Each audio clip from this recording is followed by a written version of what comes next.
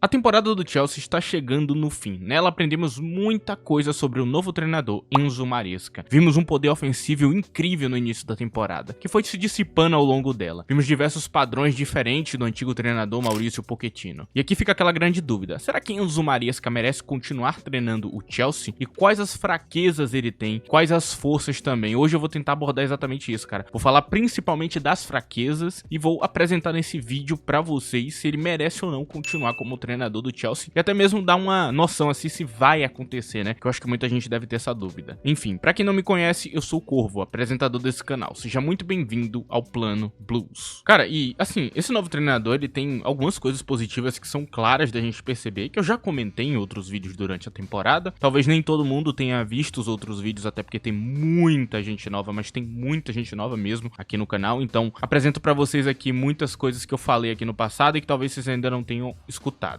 Bom, cara, o ponto positivo principal de Enzo Maresca em comparação ao antigo treinador é a consistência, cara. Assim, a gente tem finalmente jogos consistentes. O Chelsea de um jogo para o outro é o mesmo clube. Isso era muito ruim na época de Pochettino, porque não tínhamos nenhuma consistência. As coisas eram extremamente bagunçadas, a gente não sabia o elenco que ia jogar, não dava pra ter certeza quem era o titular e quem era o reserva. Era muito aleatório, além das escolhas estranhas, né? Ele escolhia um jogador que não funcionava bem na posição e ele continuava colocando até o limite da posição, sendo que às vezes ele tinha outras opções, né? Como por exemplo, quando ele deixou Ian Maatsen ir embora do elenco sem utilizar corretamente. E aí depois a gente vê Maatsen jogando hoje no Aston Villa e sendo um jogador bem melhor utilizado lá. A direção já tava doida pra vender, o treinador foi lá e não deu a oportunidade certa. A gente perdeu um jogador muito importante, né? Então isso é uma coisa que aconteceu. Nesse cenário onde a gente tem esse novo treinador, a gente não vê isso, né? A gente vê jogo consistente, a gente tem uma identidade e a gente tem algo a ser montado, né? Um caminho para ser montado para um elenco. Então, a gente vê que tem pontos muito positivos em relação a esse treinador. Cara, outro ponto que eu poderia citar também é a questão do uso dele de figuras mais jovens, né? Ele treina bem jogadores jovens, isso é muito bom. Não é aquele cara que vai evoluir, ele só vai dar um caminho, um jeito do jogador entrar. Então, a gente viu a evolução de muitos jogadores jovens que estavam tendo alguns problemas e eles acabaram melhorando. Então, é um treinador que dá uma ideia que simplifica as coisas pro cara, ele sabe o que ele tem que fazer em campo. Isso é legal, então é um ponto positivo também. A gente também tem a boa rodagem de elenco, que é um pouco problemática, né, por causa da decisão dele de time A e B, titular e reserva, né, ele não decide tão bem. É um problema que ele vai ter que lidar futuramente, né, se a gente tiver grandes jogadores. Nem todos eles gostam de ficar no banco de reserva. E nessa temporada a sensação que eu tive, por exemplo, vendo atuações de João Félix, vendo atuações de alguns jogadores ali como Renato Veiga também, é que eles mereciam a vaga no time principal, que eles mereciam uma vaga pelo que eles estavam fazendo no time B e não tinham espaço, porque já estava decidido que era o time A. Isso é muito ruim. Isso é muito ruim. Isso é horrível, na verdade, porque talvez ao longo da temporada ele vai ter que dar oportunidade e espaço para esses outros jogadores também, cara. No gol, por exemplo, com Jorgensen, ele deu pouca oportunidade para Jorgensen. E na pouca que ele deu, ele já voltou com o Sanches como goleiro principal, cara. É engraçado de certo ponto, né? Basicamente é isso. E é um treinador que também tá demonstrando uma curva de evolução interessante, né? Ele tá evoluindo bem como um treinador. Então, de fato, a gente tem um treinador para o futuro, né? A gente não sabe quando ele vai ser esse grande treinador, mas um dia, provavelmente, ele vai ser um treinador muito interessante. É o que eu posso garantir pra vocês. Só que isso vai ser no próximo ano, isso vai ser daqui a 5 anos, eu não sei, eu não faço a menor ideia se vai dar certo ou não. E aqui eu vou terminar os pontos positivos, cara. Porque não tem tantos, pra ser bastante sincero com vocês, cara. Assim, tem outros treinadores que se eles tivessem escolhido, a gente teria outros pontos positivos e talvez menos negativos, não sei, vamos ver. E basicamente é isso. Uma coisa que eu posso dizer pra vocês e que é muito importante que vocês fixem na cabeça de vocês, a comparação com o Pochettino, ela não é justa. Ela parece justa, mas ela não é. Pochettino pegou um Chelsea extremamente mal treinado, fisicamente, bagunçado, mal montado, com um monte de jogador aleatório, e ele organizou as coisas. A gente descobriu quem era bom, quem era ruim, quem tinha futuro, quem não tinha, por causa dele. Então, eu vejo muita gente descendo pau nele, tentando usar a argumentação desse treinador a favor, mas não tem o que fazer, cara. Assim, Pochettino não foi bem testado. A gente não jogou um cenário europeu. Imagina se ele tivesse jogado a Conference. Talvez ele teria ganhado, né? E aí talvez a moral dele fosse lá em cima porque ele ia ganhar mais jogos contra times ruins. Então, sei lá, é diferente. São cenários diferentes. Então, eu peço que vocês não comparem. É injusto com o treinador anterior. Note, eu não sou nenhum fã de Pochettino, ok? Talvez tenha uma galera nova que acha que é, mas pegar meus vídeos ali falando dele, eu desci o pau nele toda semana. Inclusive, eu desço bem menos em Enzo Maresca, eu sou muito mais paciente com esse treinador, cara. Até porque eu não gostava de Pochettino, eu nunca gostei dele como figura, assim. Então, claramente ali era uma figura que eu era bem combativo, né, com ele. Eu tenho bem mais paciência com o Maresca porque é um treinador interessante, até jovem e tudo mais. Não é o treinador dos sonhos que eu teria pro Chelsea, mas ele tá aqui e eu vou ser justo com ele, né? Então, só pra quem tiver essa dúvida aí, né, talvez não conheça tanto do passado, mas eu fui muito crítico a esse antigo treinador, então é óbvio que eu não sou defensor dele. É que a gente começa a falar dos problemas, cara, e não são poucos. O problema de encaixe com o elenco que ele tem e que eu avisei, né, quando ele tava pra chegar, eu avisei em vários vídeos, gerou muitas discussões, eu fui muito xingado na época, né? Na época eu fui muito perseguido, né, por criticar a escolha do treinador exatamente por causa dessa questão do encaixe com o elenco, que eu fui bem chato com isso, e eu volto a repetir, aconteceu, né? Nesse processo a gente perdeu muitos jogadores e outros tiveram reduções bizarras de rendimento e estão jogando muito mal, cara, muito mal mesmo. Mas não são poucos jogadores, são muitos, e muitos atletas ali estão muito abaixo. Um caso que eu posso citar pra vocês aqui, pra vocês entenderem do que eu tô falando, é o caso Malo Gusto. Muita gente não notou quão Gusto tá mal nessa temporada, mas se você pegar meus vídeos antigos lá, eu fiz o time da temporada passada da Premier League, eu coloquei Gusto como titular daquele time. Eu coloquei ele como melhor lateral direito, se eu não me engano. Ou foi reserva, mas ele tava lá em nível com o titular. Ele tava ali. Ele tava jogando muito. Ele tava incrível. Ele era um dos melhores da liga. Quem viu o Gusto de Pochettino sabe do que eu tô falando. Ele era incrível. O Gusto dessa temporada, ele é horrível. Assim, Gusto tem alguns momentos ali que ele fez algumas coisas interessantes. Tem algum brilho. Criativamente falando, ele foi muito bem ali em questão de alguns passes e tudo mais, gerou algumas jogadas. Então, estatisticamente, inclusive, você consegue perceber isso. Ele foi melhorando também com o passar do tempo, né? Ele foi se tornando um jogador melhor. Mas isso não quer dizer que ele é bom. É uma coisa que as pessoas têm que entender. Ele tá em completo subuso. Inclusive, pra mim, Malo Gusto e Christopher Nkunku estão jogando no mesmo nível. Ambos estão jogando muito mal. Não tem grande diferença entre os dois. Só muda a posição. Então fica mais evidente os problemas um atacante do que com o lateral. Mas com o lateral de Maresca é podre. Podre, é horrível. É um negócio assim intragável. Ele não consegue executar as funções. Quando você põe de lateral invertido ali no meio de campo, é horrível. Quando tu põe de lateral de sobreposição, falta duelo, falta força. Então é um padrão que nem tem utilizado mais. Quando você faz ele virar aquele lateral AM, ele chega na cara do gol e ele perde oportunidades de ouro. Ele, diferente de Cucurella, que subiu muito de nível e já tava bem com o antigo treinador e hoje não é um dos melhores aqui do elenco, incrível assim a temporada dele, esse jogador foi por água abaixo, cara. E não foi ele só,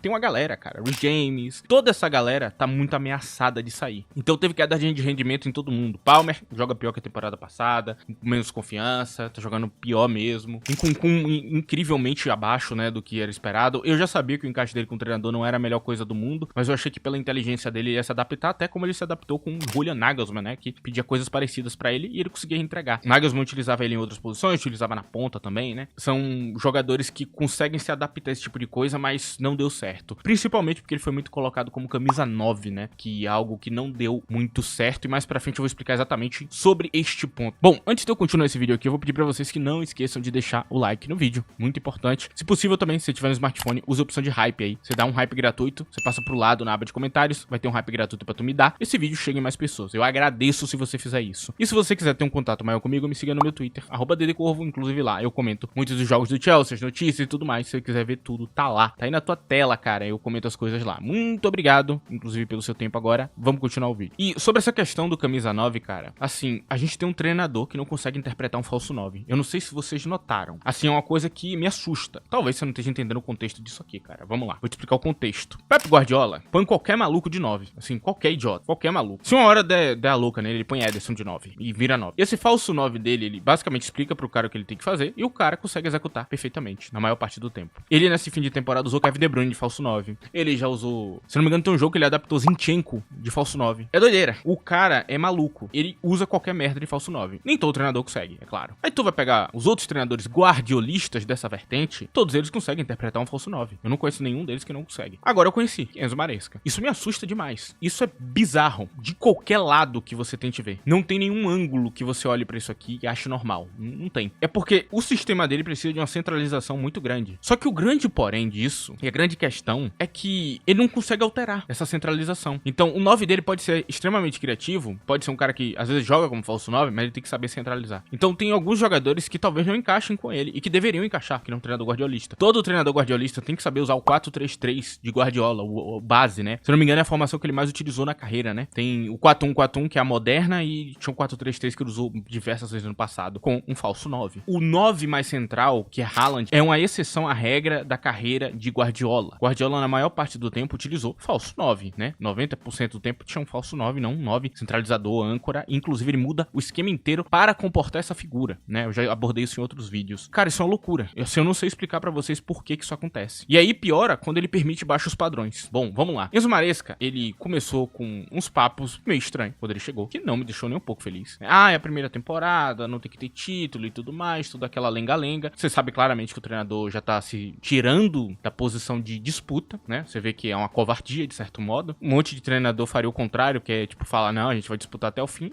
Até porque a coisa certa, falar é a mentalidade certa, né? Não é a mentalidade derrotista. Ele vai pra esses baixos padrões nas entrevistas, ele se comporta desse jeito e ele se porta como se ele não tivesse que entregar nada, às vezes, né? Isso é muito ruim. Apesar dele ser uma figura calma, que lida bem com os jogadores, ele é uma figura covarde, né? Ele é um cara que é meio covarde. Inclusive, ele é um cara que segue tudo que a direção quer. Se a direção não quer que um jogador continue no elenco, como foi o caso de Ben Chilwell, ele nem vai utilizar. Como foi o caso de Sterling, todo mundo sabe que os dois saíram. Saíram por causa de salário, mano. A galera tá praticamente sendo expulsa. Claramente, ele podia utilizar esses jogadores, cara. Assim, não tem muita desculpa, não. Vou ser bastante sincero com vocês. Não tem muito que eu possa falar aqui pra vocês que seria um grande problema ali dele utilizar esses jogadores. Parece que ele teve certa discussão aí com o Sterling e tudo mais, enfim. Não vou entrar muito a fundo. É horrível o que ele faz. E piora quando ele vai na mídia e defende Robert Sanchez, né? Fala que tá tudo bem, que ele vai ser o goleiro número 1. Inclusive, isso aí é algo que realmente pode acontecer na próxima temporada do seu goleiro número 1 ser ele de novo. Nicholas Jackson também, que é outro que ele defende bastante, né? Ele fala ali, porque é um plano da direção e tudo mais, é um jogador que é objetivo de estar bem, então é um treinador que eu não gosto. Ele não tem bolas, né, pra tancar a direção, pra peitar ela e dizer o que ele quer. Se impor. Treinadores grandes não deixam de se impor. Se você não fizer o que eles querem, como direção, eles não continuam no cargo. Muita gente acha que isso é ruim. Na verdade, não é. Isso é você não ter baixos padrões, isso é você não aceitar qualquer coisa. Tenha altos padrões. Pra qualquer coisa na vida, na realidade, né?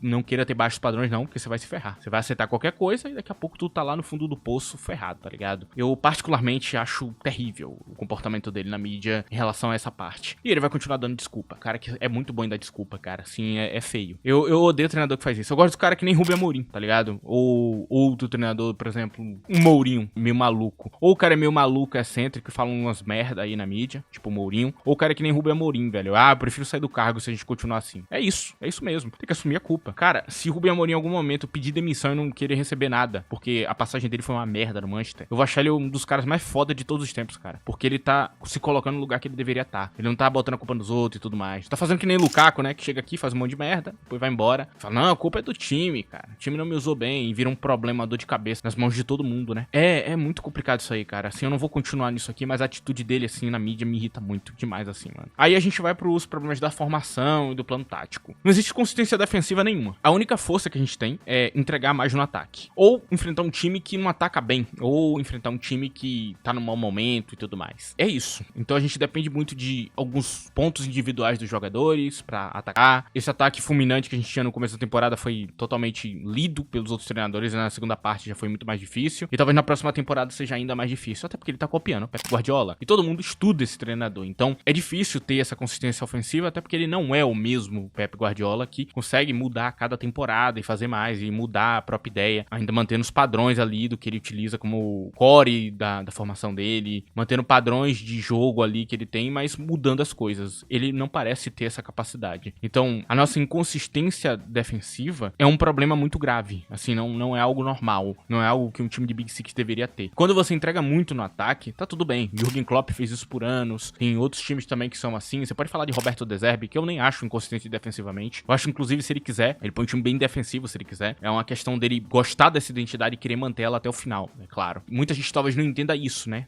Na cabeça de muita gente, talvez tenha essa dificuldade de assimilar essa coisa. Mas a gente não tá entregando o que Klopp faz. Até porque a gente não tem Klopp como treinador. E é muito complicado, cara. Assim, é uma coisa assim que me pega bastante o Chelsea ser tão ruim defensivamente. E eu não vejo como ele que vai mudar. E também temos o ataque inconsistente, cara. Principalmente quando a gente enfrenta uma retranca. Ou um time de contra-ataque. Porque é sempre aquela coisa. Se tu tá enfrentando um time que contra-ataca bem, tu não quer subir a linha. Porque tu vai tomar um contra-ataque fulminante. Ao mesmo tempo, a gente precisa subir a linha pra poder usar a formação do 100%. E aí a gente tem um monte de problema. Problemas esses que eu não vi sendo explorado essa temporada. Talvez na próxima seja pior, inclusive, porque realmente há problemas ali na defesa do time e talvez se torne cada vez mais difícil atacar com qualidade porque a nossa defesa fica muito exposta. Eu achei que teria algumas mudanças na formação, que ele criaria uma formação nova pro Chelsea, mas não, ele tá fazendo a mesma coisa que ele fazia no Leicester e é isso. Aceite. Padrões mínimos foram mudados. E o ataque inconsistente é assustador, cara. Nossa, nosso melhor atacante é Cucurella, velho. É Cucurella, mano. Você tem noção disso? Quantas figuras boas a gente tem no ataque, velho? Eu tô excluindo Palmer, é claro, né? Eu tô excluindo outras figuras, eu tô tirando as grandes figuras, mas as outras que estão em volta que deviam estar brilhando, cara,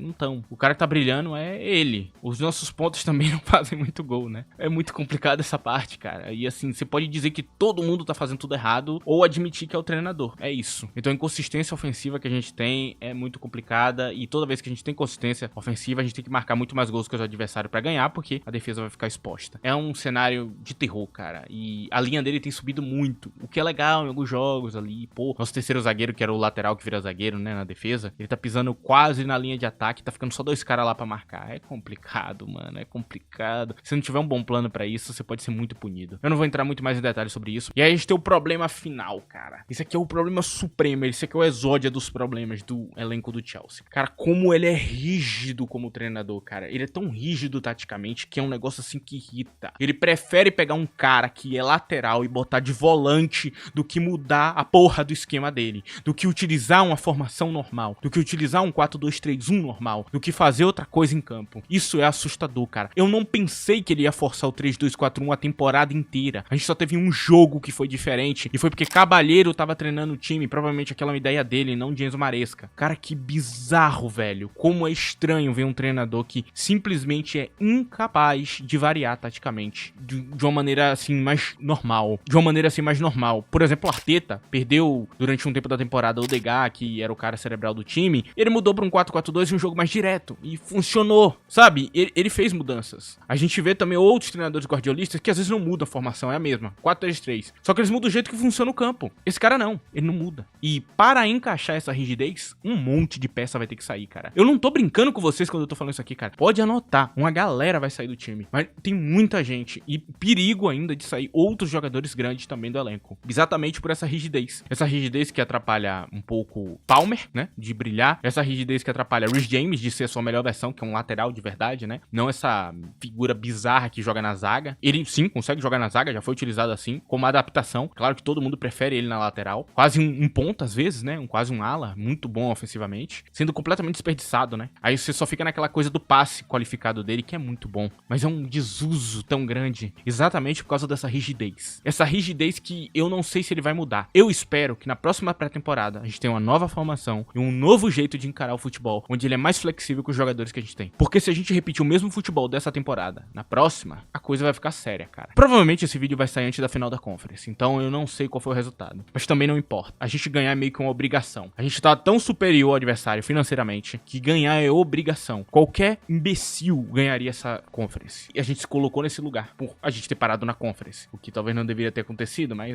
cenários ali, bagunça ali daquela época. É óbvio que em algum momento a gente ia pagar aquela conta, né? E tamo pagando. Tamo pagando. Enfim, é isso. Não tenho muito mais pra falar. Se Enzo Maresca continua, que pode ser a grande dúvida do vídeo, né? Sim, continua. No meu ponto de vista, ele entregou o suficiente pra continuar como treinador. Eu estou citando os problemas porque aconteceram, né? Então, a gente tem que falar o que aconteceu. E basicamente é isso, cara. Mas eu não acho ele um mau treinador. Eu acho que ele tá em um período de evolução e eu continuo com a minha crítica. Todas elas continuam de pé. A falta de encaixe com o elenco e principalmente a inexperiência dele, que tá clara. E também, né, que essa inexperiência pode ser resolvida no futuro. E talvez seria melhor ter contratado esse cara daqui a 4 anos, ou 5, ou pelo menos esperar mais 2 anos de futebol, né? Quem sabe levar ele pra outro clube do nosso core ali, deixava ele treinar na primeira divisão e ver do que ele era capaz, né? Vai que ele era rebaixado igual a Kompany, mas pelo menos ele ia aprender alguma coisa, né? Talvez a rigidez, inclusive, dele acabasse ali. Kompany sofrendo com um time pequeno deixou de ser rígido. E isso refletiu a um Bayern de Munique muito bom. Então, basicamente é isso, cara. É assim, talvez a gente só tenha contratado o cara no momento errado. E talvez a galera que ficou tão brava comigo quando eu critiquei esse treinador não entendeu que a minha crítica era exatamente essa. A gente contratou o cara no momento errado. Não é que eu odeie ele e tudo mais. Eu, particularmente, não era muito fã da ideia dele. Achava chato o futebol dele. Ainda acho, né? Eu assisto as partidas do Chelsea, eu acho chato. Mas não era nem isso. Era mais uma questão de que parecia não ser o cara pro cargo, né? Pra aquela bagunça que a gente viveu, pra aquele time que tava subindo de rendimento ali com o Pochettino, tinha que vir um cara melhor. E a gente apostou em um cara que entregou alguma coisa. Só que nada muito diferente do treinador anterior. Só é diferente, não é melhor no final das contas, apenas diferente. Enfim, esse vídeo tá chegando no fim, eu agradeço a todos que chegaram até aqui, agradeço a quem deixou o like, a quem hypou o vídeo e a quem ajudou esse vídeo a chegar a mais pessoas, muito obrigado mesmo pelo seu apoio. E é isso, rapaziada, tchau!